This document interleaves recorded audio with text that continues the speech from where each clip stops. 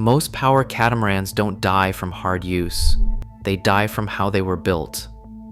There are two narrow hulls, a tunnel between them, and a deck cap tying it all together, and every one of those joints is a place where water, salt, and time go to work. Get the construction wrong, and a cat that looked perfect at the dock is delaminating at 12 years. Get it right, and the same hull is still fishing the canyons at 40. 7 builders got it right, the ones with 30-year-old survivors still in the water, and the ones building to that exact standard today. Number 5 is one you've probably never heard of, and it might be the most obsessively built boat on the whole list. Number 1 has run waters from the South Pacific to the Bering Strait. Every entry earns its place, and here's exactly why. 3 things end most power catamarans early, and they're specific to how a cat is built. The first is water getting into the sponsons. A cat carries its bilges, pumps, and fuel down inside 2 narrow hulls, and on a lot of boats, water sneaks in through a poorly sealed transom access plate, a leaking rub rail, or an unsealed deck fitting, then pools in a sponson where you cannot see it, corroding everything and quietly killing the boat's flotation. The second is core rot, where one unsealed screw hole in a wood cored hull or deck lets water in behind the laminate and destroys structure you cannot see, and a cat has twice the fittings of a monohull to leak through. The third is joint and lamination failure. A cat has far more bonded joint length than a monohull, so a weak hull-to-deck bond, a rushed layup, or trapped air voids will flex and delaminate over the years. Every boat on this list was built to beat all 3. Starting with number 7. Number 7, the Twin V. Twin V has been building power catamarans in Florida since 1994, which makes it one of the oldest production cat builders in America. And it has put more than 7,000 hulls in the water, sold not just to weekend anglers, but to commercial and government operators who run boats into the ground for a living. These were never the fanciest boats on the dock, but the company built them to be, in its own words, essentially unsinkable, with self-bailing hulls that drain straight out the stern. The part that matters for the long haul is the gunnel, which takes the most abuse over a boat's life. Twin V bonds the cap to the hull across the entire perimeter with structural adhesive and stainless through bolts, locking it into a single unibody structure instead of a cap that can work loose over the decades. They cost far less than the competition. They ride on a compression tunnel that traps and squeezes air between the hulls for a cushioned landing, and 20 and 30-year-old Twin Vs are still working up and down the coast. That's the definition of lasting. Number 6, the Barker Boatworks 40 HPFC. This one is the opposite of Twin V. It is a low-volume, near-custom build out of Sarasota, Florida, and it is on the list purely for how it is made. The entire boat, the hull, the liners, the decks, even the hardtop, is built with vacuum-bagged resin infusion. That process pulls exactly the right amount of resin through the fiberglass under vacuum and sucks the excess back out, which eliminates the air voids that hand-laid boats get when quality control slips. On top of that, every Barker uses 100% vinylester resin and composite coring. Vinylester is the key word.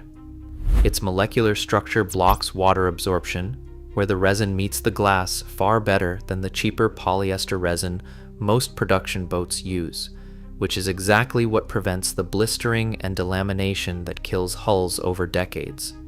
The hull itself is a double-stepped design penned by Michael Peters, the naval architect behind a generation of offshore race boats, and reviewers note the build quality rivals yachts far larger and more expensive. There is no wood to rot. It is overbuilt on purpose, and that is why it makes the cut. Number 5, the Insetta. This is the one most people have never heard of, and it might be the most obsessively built boat on this list. Insetta is a smaller American builder that makes its hull, deck, console, and bulkheads with vacuum infusion, then completes them with epoxy vinylester resin and a closed-cell PVC foam core. Every one of those words matters. Infusion pulls the resin through under vacuum for a void-free laminate. Epoxy vinylester is among the most water-resistant resins you can build a boat from, and closed-cell PVC foam does not absorb water and has no wood in it to rot. The company says the process virtually turns the hull and deck into a single rugged part, and it builds every piece it can in-house, so there are no weak outsourced components hiding in the structure. It's not a household name, but spec for spec, it belongs right here. If you've made it this far, do yourself a favor and subscribe. Number 4, the invincible Catamarans, the 33, 36, and 40-foot cats. Invincible is an American builder with a serious offshore heritage and close ties to the US Navy, and its cats are designed by Morelli and Melvin, the multi-hull specialists behind some of the fastest catamarans on water, but the reputation is in the build. Every Invincible uses a grid stringer system and a vacuum-infused hull, deck, and parts, which the company and independent reviewers point to as the source of its strength and durability. Infusion again means a consistent, void-free laminate every time, not just on the boat the inspector happens to look at. These hulls run quad outboards and hit nearly 80 miles an hour, so the structure is taking enormous repeated load, and it holds. A boat engineered to survive that kind of punishment week after week is a boat engineered to last. Number 3, the Freeman. Freeman Boatworks started in 2007 when a Charleston angler named Billy Freeman got tired of taking a beating on the 70-mile run to the Gulf Stream and built a better cat in his garage. That backyard project is now a 300,000 square foot factory, and Freeman is one of the most sought-after offshore fishing boats on the planet. The construction is why the hulls hold up. Every Freeman is built with vacuum infusion, biaxial and triaxial fiberglass, vinylester resin, and a closed-cell structural core. Read that list again. Infusion for a void-free laminate, the strongest fiberglass weaves, vinylester to block water at the glass, and a foam core with no wood anywhere to rot. That's the full recipe for a hull that survives saltwater for the long haul. And it's no slug. The flagship runs 60 knots and has been documented returning close to a mile per gallon behind 400 horsepower outboards, which tells you the hull is slipping through the water cleanly instead of beating itself apart. Number 2, World Cat. World Cat is the largest maker of power catamarans in the world, with more than 80,000 hulls out there and over 30 years of history, all hand-built in a 140,000 square foot facility in Tarboro, North Carolina. And the company is specific about why they last. After the stringers and bulkheads are glassed into the hull, the deck is lowered in and bonded to the tops of that stringer grid, forming a single structure the company compares to an airplane wing. Strategic cavities are filled with foam for flotation. The transom is high-density composite, not wood, reinforced with aluminum plates where the engines mount, and the hardware is 316-grade stainless steel to fight saltwater corrosion. World Cat also owns Glacier Bay and Livingston, the toughest names in the power cat world, and builds to that standard. When a builder has put 80,000 hulls in salt water over 3 decades, and the old ones are still running, that's not marketing. That's a track record. Number 1, Glacier Bay. Glacier Bay earns the top spot because it was built to a standard almost nobody matched, and the proof is that its hulls have fished the toughest water on Earth, from the South Pacific to the Bering Strait, for decades. Here's the construction.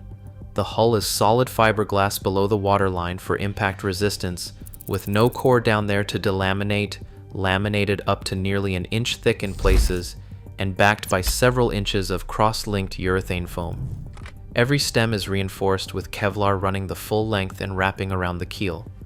The hull is a double-bottom design with foam-filled collision compartments and 4 watertight compartments, each with its own automatic pump, which makes the boat virtually unsinkable. Stringers, hull, and deck are all chemically bonded into one structure. Engine mounts are backed with aluminum plates, and deck hardware is backed and through-bolted, so the load goes into the structure instead of tearing out a fitting. Glacier Bay even ran 3-axis accelerometer tests, showing its hulls take roughly 2/3 less impact than a deep V monohull crossing the same wake. And less impact year after year means less fatigue working through the laminate. When WorldCat acquired Glacier Bay, it carried the hull forward as the Glacier Bay Edition, which is about the strongest endorsement there is of how the boat was built. No other production power cat in this class combines all of it, and that is exactly why it's number 1. So here's how you actually use this list. The builder tells you how the hull was engineered. The specific boat in front of you tells you what's happened since, and both need an answer before money changes hands. Run a moisture meter across the full bottom of both hulls and into the tunnel, because above 12% is elevated, and above 15% indicates active water intrusion. Open every hatch and check the void spaces are dry and the foam is solid. Look hard at the hull to deck joint and every through-bolted fitting for cracking or weeping, because on a cat that joint is doing double the work. Pay special attention to the tunnel walls and both engine wells, where spray and salt collect and a lazy owner never thinks to rinse, and ask how it was stored, because a hull kept on a lift ages at a fraction of the rate of one sitting in a saltwater slip year-round. These 7 were built to survive that slip for 30 years and beyond. Everything else is a variable.